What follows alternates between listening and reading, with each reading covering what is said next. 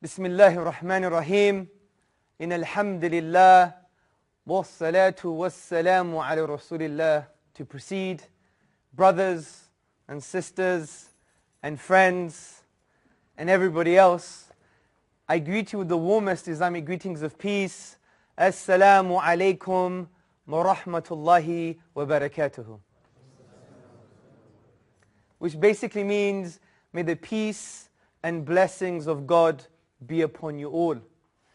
Brothers and sisters and friends, thank you very much for attending today's lecture, which I think is a very important lecture for us to start thinking about our ethical lives and the foundation concerning our moral outlook. But before I get into that, I want to try and melt the ice. Many of us, when we have conversations with one another, we like to pre-frame each other. I see some faces in this room, they may not be Muslim, they may be Muslim, they may be agnostic, atheist. To be honest, these categories and labels are unnecessary, especially when it comes to discourse. And let me explain why. Because I think the problem in when we try to engage with each other's ideas is the problem of categorization, and it is the problem of pre-framing each other. And this is why I think we should follow what I would like to call a Quranic ethic when engaging with one another. Interestingly, in the Quran, in the 2nd chapter, God, He announces that He's going to send down a man on earth as a vicegerent to take care of the planet. And the angels, they say, essentially, hold on a second. You're going to bring someone down that's going to create bloodshed and misery and war. And God says, I know that which you don't know. Now when we ponder upon these verses, and we don't just become desert romantics and sit back on the deck chair, touch the sand, look at the stars and write poetry to our beloved. But rather, if we scratch the surface, we see that essentially we should not use our previous experiences, our baggage, our limited perceptions, and pre-frame that onto new realities. Because, for example, I could do this test in this room and say to the Muslims, when you think of the word atheist, what comes to mind? Now I've done this many times, and what many Muslims say, which is unfortunate, arrogant, pseudo-scientific, they think they know the truth, lost, deluded. And I've also done this with atheists. And what have the atheists said? Unfortunately, backward, extremist, terrorist, unnuanced, blind faith. So you see, both camps are pre-framing each other. And this is the biggest problem. We've pre-framed each other. And that's why we can't connect with one another. So the cliches concerning the atheists are obviously wrong. And the cliches concerning the Muslims is also wrong. But we don't get it. You know why? Because we're carrying this baggage. We're carrying this limited experience, these limited perceptions, and we're imposing it on these new realities. Even when you look at me, I'm not saying I'm popular, but maybe you've seen my debate with Professor Lawrence Krauss. Famous atheist, Hamzة Tzutzis, has a debate with him. I come across in a certain way, I agree.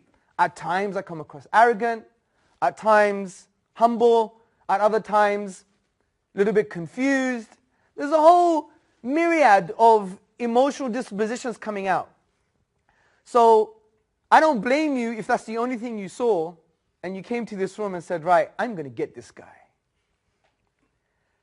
And that's why I really want to focus on this psychological element in the beginning, because it allows us now to listen to the words and the meaning that they represent, and not the personality or the emotions or our previous narrative. Imagine all human beings did this. We would all fall in love, right? So I think it's very important for us to connect that way. Insha'Allah, which means God willing. So today's topic, brothers and sisters, is if good and evil exist, then God must exist. And this is the summary of today's argument. If what we mean by good and what we mean by evil, if we mean those things in an objective sense, then God must exist. Let me give you an example of what we mean by objective.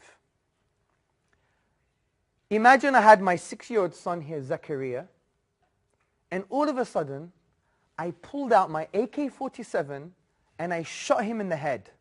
And I went, I think everybody, intuitively and within ourselves, even if we sideline our emotions, we would say that is not only immoral and evil, but it is objectively immoral and evil. Regardless if the whole room had a consensus and said, no, actually, according to his beliefs, according to his upbringing and his culture, it could be morally okay. I don't think anyone in this room is prepared to say such a thing. So we have this sense of ought within us, inbuilt, that we know some things are grey. Other things, there's no compromise. This is objectively, morally wrong, regardless if the whole of Cardiff, the whole of the UK, the whole of the world, or the whole of the universe came together and said, no, it is actually a good thing to do. You would still stand and say, no, it is an objectively, morally wrong thing to do. This is objective evil. My argument today is, if that's true, if we start with this axiom, which means a self-evident truth, and we build upon that premise, then God indeed exists. And I'm going to explain this. But I want to really be nuanced here and tell you what we are not saying. Number one, we are not saying the following. You can't be an atheist and display moral or good behavior. That's ridiculous. Some of the nicest people I've met are atheists. Like Professor Richard Norman. Had a discussion with him a few years ago. Great guy. You could have a pint of milk with him any day. Just to make it Islamic, because we don't drink. The second thing we are not saying, you have to believe in God to have moral traits, such as defending the innocent and feeding the poor. Of course not. Many atheists work for volunteer organizations. Many are activists, especially for liberal movements that want equality and rights and human rights for many countries. So they have their sense of what they think is right.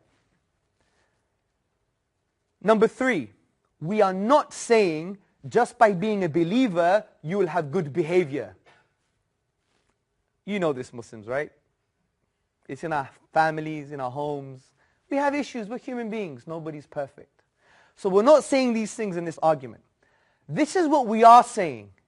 Number one, if God doesn't exist, then you can never say objectively that killing my innocent 6-year-old is morally wrong. Because moral values such as murdering innocent people for entertainment is wrong, and defending the innocent is good, will be just mere social conventions. Like, is it okay to pick your nose at the dinner table? Or to burp loudly? Why? People are thinking now, but why is that the case? Why is it the case that in order for me to assert that killing an innocent 6-year-old is objectively morally wrong, why is it the case for me to assert this, then God must exist? Why? Because brothers and sisters and friends, without God there is no foundation for objective moral values. Why? Because think about the concept of God, of the divine reality. The concept is that you can't really attribute subjectivity to this concept, because God transcends human subjectivity by definition.